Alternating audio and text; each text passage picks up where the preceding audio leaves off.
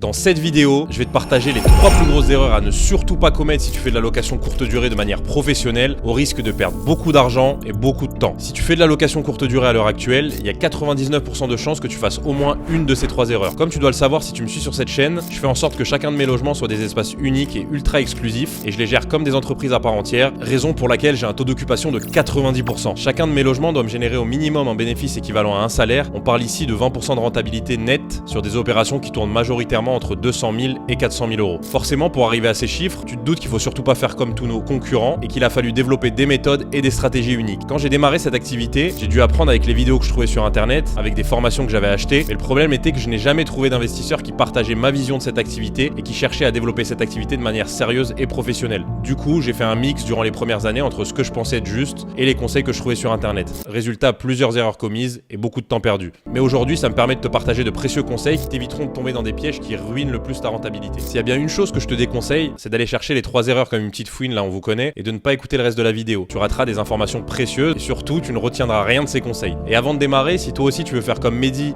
Merwan ou encore Marc et réaliser des logements comme ceux-là, qui te rapporteront des chiffres comme ça, tu trouveras un lien dans la description qui te permettra de booker un call avec moi. Et durant cet appel, le but est de déterminer ensemble si tu es fait ou non pour la location courte durée. Si c'est le cas, on construira ensemble et de manière totalement gratuite ton plan d'action clé en main. Le nombre de places étant limité, si tu veux passer à l'action, je te conseille de tout de suite checker la description. Ceci étant dit, prends des notes, écoute attentivement parce que je peux te garantir qu'il y a de fortes chances que toi aussi tu fasses actuellement une de ces erreurs, voire toutes.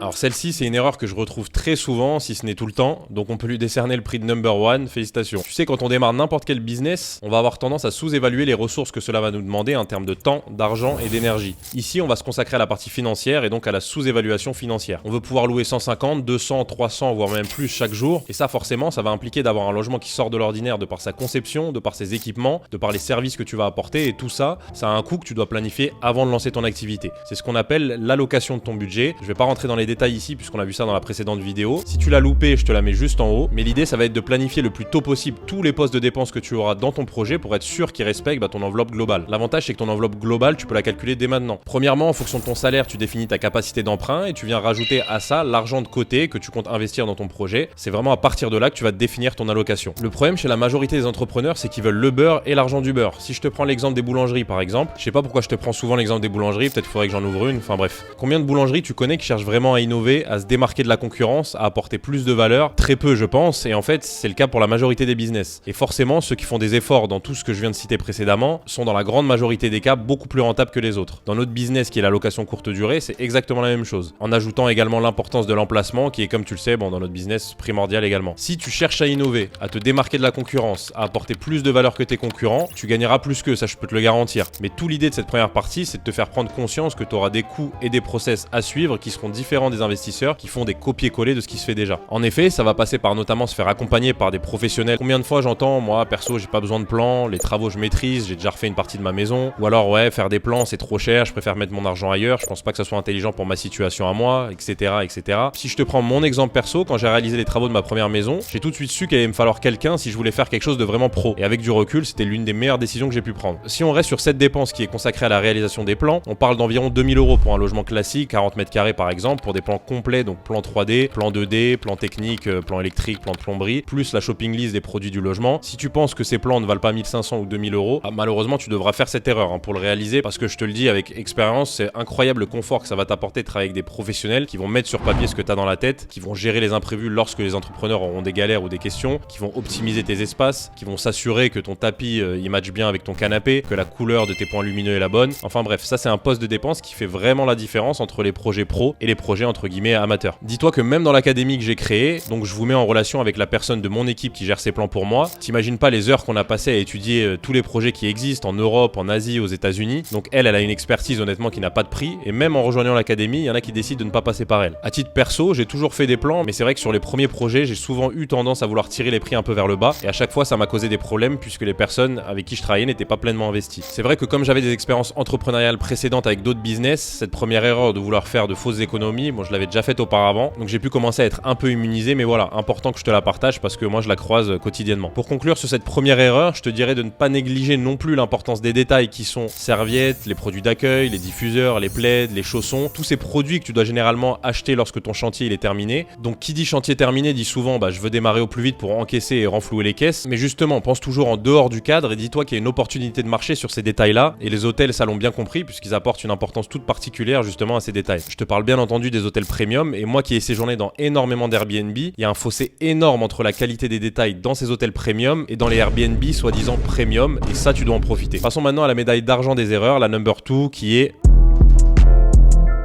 Je pense que t'es pas sans savoir que l'activité de location courte durée, elle est de plus en plus réglementée. Effectivement, en France, dès qu'une activité fonctionne, on a dans un premier temps l'État qui nous impose de nouvelles réglementations, et dans un second temps, les gens qui s'affolent à chaque nouvelle mesure prise. Bon, je peux pas non plus jeter la pierre, j'ai quand même fait des vidéos qui vont un peu dans ce sens, mais bon, comme tu dois le savoir, c'est la peur qui fait cliquer, forcément c'est le jeu si je veux que les gens regardent mes vidéos. Quand je te parle de réglementation au sens large, ça comprend plusieurs aspects. Premièrement, les réglementations fiscales. Ouais, Camille, ton business il sert à rien. Avant on avait 71% d'abattement, maintenant c'est plus le cas, ça sert à rien. Si c'est pour donner 50% aux impôts, à quoi ça sert de faire tout ça? Bon, déjà pour t'expliquer les bases, en France, peu importe ton business, si t'es entrepreneur et que tu commences à gagner pas mal de revenus, que ce soit en SCI, en SAS, SARL, tu peux enlever 50% voire plus entre ce qui arrive dans ta boîte et ce que tu pourras dépenser via ton compte perso. Ça c'est la norme en France, mais il y a encore plein de montages possibles, plein de frais que tu pourras faire passer en charge d'entreprise, tu pourras créer du déficit, faire de l'intégration fiscale via un montage en holding. Il y a plein de possibilités qui te feront alléger drastiquement ta fiscalité. Après, on peut pas nier que la fiscalité en France est conséquente, puisque c'est un fait, mais si ça t'empêche carrément d'avancer dans tes projets ou même de te lancer, là c'est problématique. Et le réel problème n'est pas la fiscalité, mais plutôt l'absence de vision pour ton futur, l'absence de clarté et le manque de connaissances. Est-ce que t'es sûr que ça te dérangerait de payer 50 000 € d'impôts par an si t'en gagnes 250 000 et qu'en plus de ça, l'année suivante, tu peux emprunter 800 000 € de plus? Honnêtement, je pense pas. Et ce qui est grave, c'est que le plus souvent, au plus les personnes gagnent et au moins elles se plaignent des impôts. Deuxièmement, on peut parler des réglementations d'urbanisme qui sont en lien également avec les réglementations fiscales mises en place par l'État, puisque si on dézoome un peu, on se rend compte que la volonté de l'État, elle est simple, c'est de réguler ce marché, puisqu'ils estiment qu'il y a beaucoup trop d'Airbnb sur le marché, quasiment plus de possibilités de louer un logement en location longue durée, notamment dans les zones dites tendues. Ça, c'est vrai que c'est réel. Et pour moi, l'idée, c'est pas de critiquer tout ça, mais à partir du moment où je suis convaincu de mon activité malgré ces restrictions, je me dis quelles sont les opportunités qui vont apparaître ces prochaines années. Comme tu dois le savoir, dans énormément de villes de France, pour pouvoir louer en location courte durée, tu es soumis à une autorisation de changement d'usage qui t'est accordée à toi, personne physique ou morale, et pour une durée définie. Et qu'est-ce qui va se passer d'ailleurs dans les prochaines années? Énormément d'autorisations de changement d'usage vont arriver à terme et beaucoup de propriétaires ne pourront plus louer leurs biens en location courte durée, sous peine de prendre des sanctions, donc des amendes et des interdictions. Encore une fois, opportunité pour nous. Pareil pour la compensation, l'achat de commercialité, les règlements de copro, le changement de destination. Plutôt que d'être de ceux qui se plaignent, tu dois comprendre ce qui se passe et trouver des solutions autour de tout ça pour te sécuriser et pour profiter pleinement des opportunités que créent ces nouvelles réglementations. Pour cette deuxième erreur, cette deuxième partie qui concerne du coup les réglementations, effectivement, énormément de personnes ne se tiennent pas informées. Il y a même des propriétaires, des investisseurs qui créent des logements qui sont au top du top mais qui ne savent même pas que leur ville n'autorise pas la location courte durée. Elle n'autorise pas en tout cas dans les appartements entre guillemets standards, et là tu comprends que c'est problématique. Donc renseigne-toi bien. Maintenant que ça c'est dit, abordons maintenant la troisième et dernière partie qui va être la gestion de tes problèmes. Comment vas-tu gérer les problèmes qui surviennent durant ton parcours d'investisseur en location courte durée? Qui dit location Airbnb dit souvent problème aux yeux de la majorité des propriétaires. Actuellement, moi j'ai pas mal de propriétaires qui m'appellent pour mettre leur logement en location durant les JO, donc les Jeux Olympiques. C'est généralement des personnes qui habitent dans leur logement, donc leur résidence principale, et qui se disent bon, il y a de l'argent à faire, mais bon, on préfère te demander à toi parce que nous, la dernière fois qu'on a décidé de mettre en location sur Airbnb, ça s'est très mal passé. À chaque fois, ils me racontent leurs anecdotes. Je pense que tu es au courant si tu es dans ce milieu-là. C'est à peu près tout le temps les mêmes histoires, donc des gens qui partent en retard, des objets abîmés, trop de bruit durant la soirée, des problèmes classiques. Effectivement, les gens ne comprennent pas que la location courte durée, c'est un réel business et qu'il y a plein de choses à mettre en place pour se sécuriser dans un premier temps et dans un second temps pour pouvoir gagner plus. Après, moi j'adapte forcément mon discours en fonction de la personne. Si elle souhaite louer uniquement pour les JO, bon déjà je vais leur conseiller d'être très clair sur les conditions à respecter pour les voyageurs